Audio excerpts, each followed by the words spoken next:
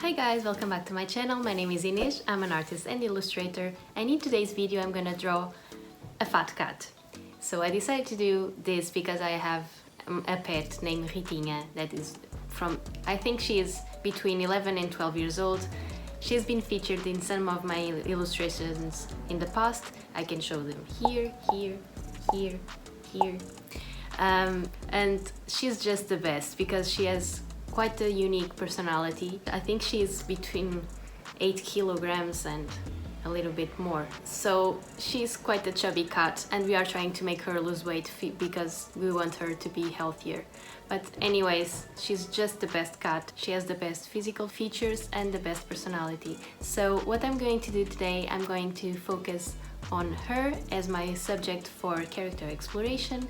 I'm going to show you some sketches that I've been doing in the past of cat body, how do you say this?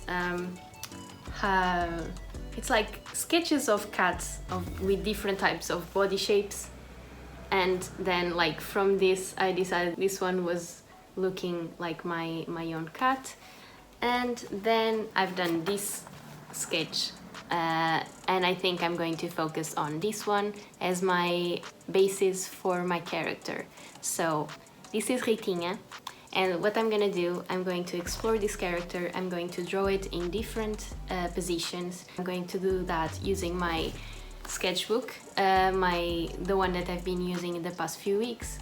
I'm going to do it using graphite and also using my Micron pens as well.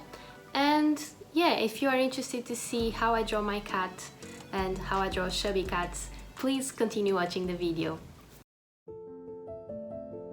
I start the sketches by trying to understand the basic shape. Because I already have a reference from a previous drawing, and because I know my cat very well, it was not too difficult. With chubby cats, the basic shapes obviously will be circles. So her body is composed by 3 main circles: her head, her chest area and the belly area. In this sketch I used my Prismacolor Col-erase pencil, and then I detailed the sketch using my Blackwing pencil. I didn't do this for the rest of the sketches because I ended up doing line work and shading with the markers, so I didn't want to repeat steps. And to be honest, this is the first sketch and normally I'm just figuring out what I will do for the rest of the page.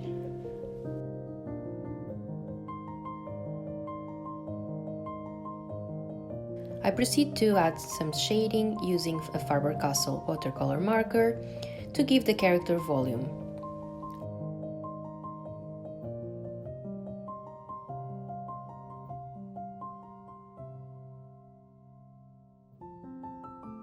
I add the stripes using my Micron pens.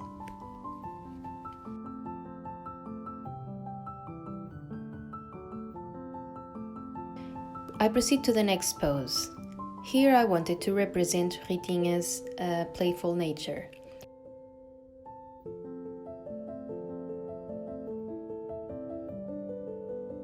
She has one defining characteristic, which is squinting her eyes when she looks at us. I believe it to be her way of saying she loves us, which is very, very cute.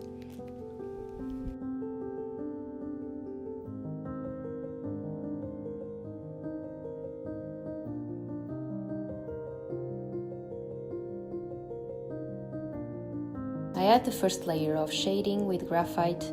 I proceed to use a marker and then start detailing the features and pattern of the fur.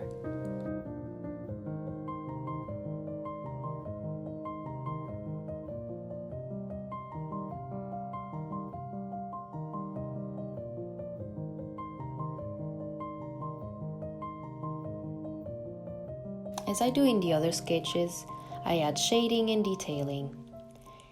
This is basically the same basic process to all sketches. Maybe sometimes just changing the order, but the basic process is always the same.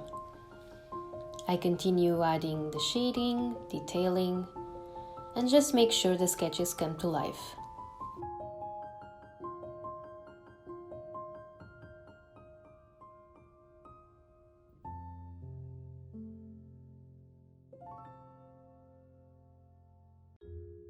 With the next pose, I wanted to represent her body volume and almost make her look like a loaf of bread. So I think it obviously is exaggerated, but I wanted to represent her full body.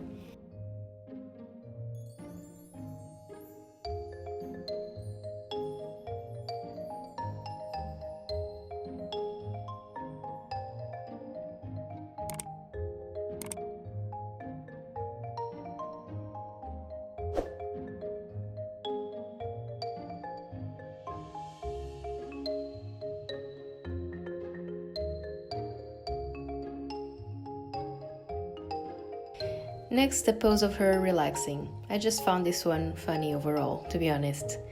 At this point, I changed my process from finishing each pose individually, and I decided to sketch basic forms and poses, focusing on the composition of the page.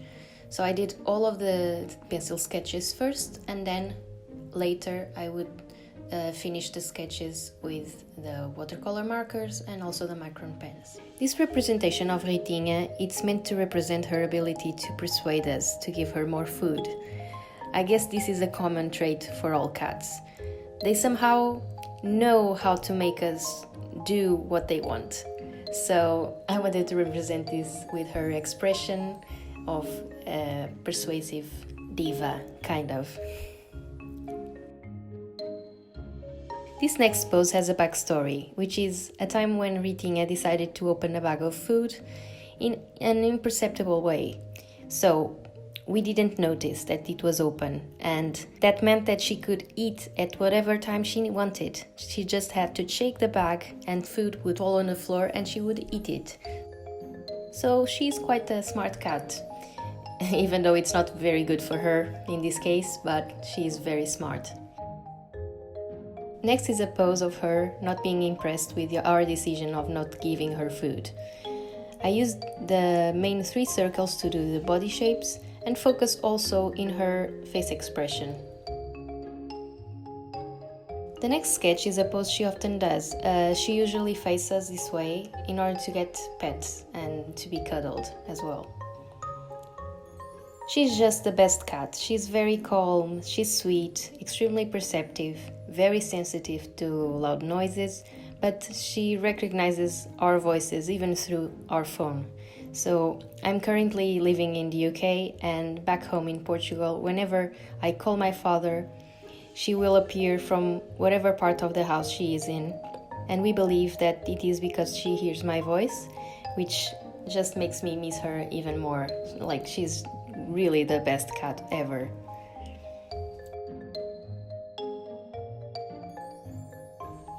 Now I proceed to do the line work shading of all the pencil sketches I've done.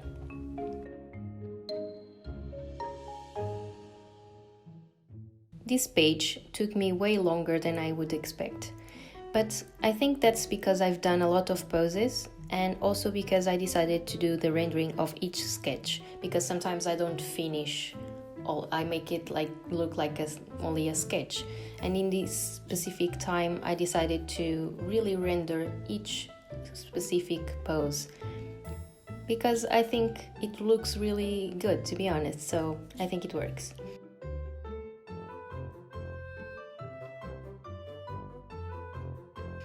It was truly a bliss to do this, and creating art based in people, animals and things that you love is just the best, in my opinion.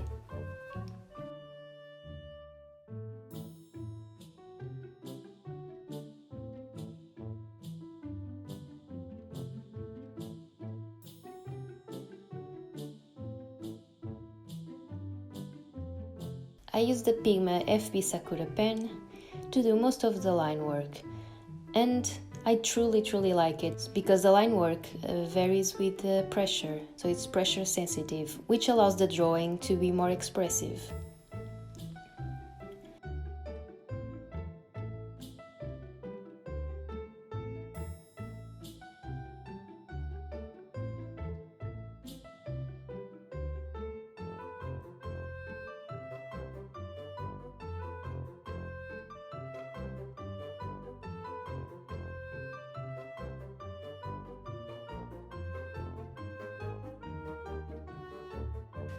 I don't think I can add a lot to what I've been saying in the rest of the video. By this point I'm just finishing the sketches, adding the volume, the shading, and making sure the expressions are on the point that I want them to be.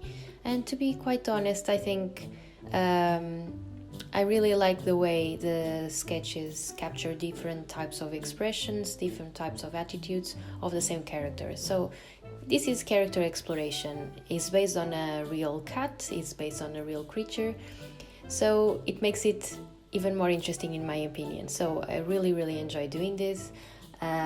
It's always a challenge to try to capture an individual's personality in sketches, but I think overall I can ask my family about it, but I think I captured Ritinha's essence in these sketches, so I'm quite pleased with that.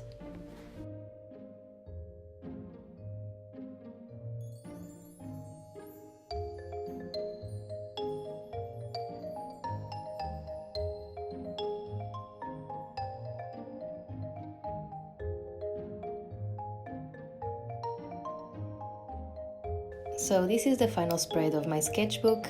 I really like how it turned out. I think the painting with the watercolor pen really works in terms of giving volume, and overall I like the expression and feel of these sketches. I think Ritinha would be proud.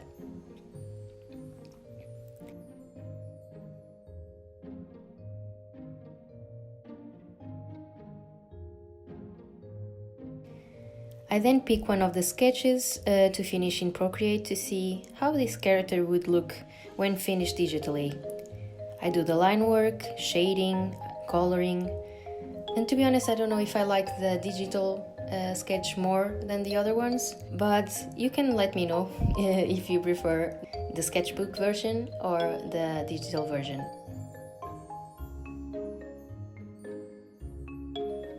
Anyway, this is the final look of the digital painting. I hope you enjoy. So I hope you enjoyed the video. It was really fun for me to do. I love my cat, obviously. She's been featured in so many different illustrations that I've been doing before, and this was no different. It was just a pleasure to do, and this is the final spread of this character. This is my Ritinha. I chose this specific position to do a finished Procreate painting.